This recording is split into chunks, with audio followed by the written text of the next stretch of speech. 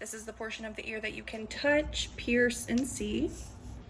Moving on to the auditory canal, this is the portion between the external ear and the middle ear, and this produces earwax.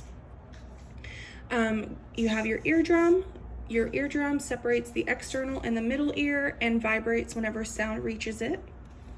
Moving on to the middle ear consists of the malleus, the incus, and the stapes.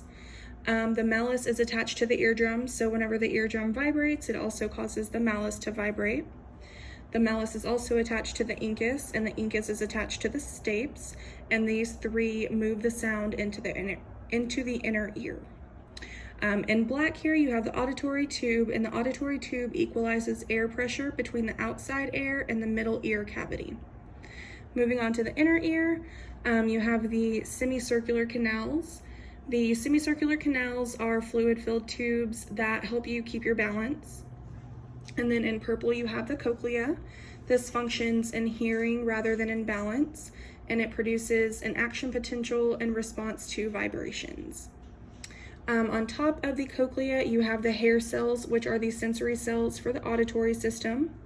And then you have your basilar membrane in yellow. This separates the scala tympani and the scala media that run on the cochlea coil. And then you have in black here your auditory nerve. This carries hearing and balance action potential from the inner ear to the brain.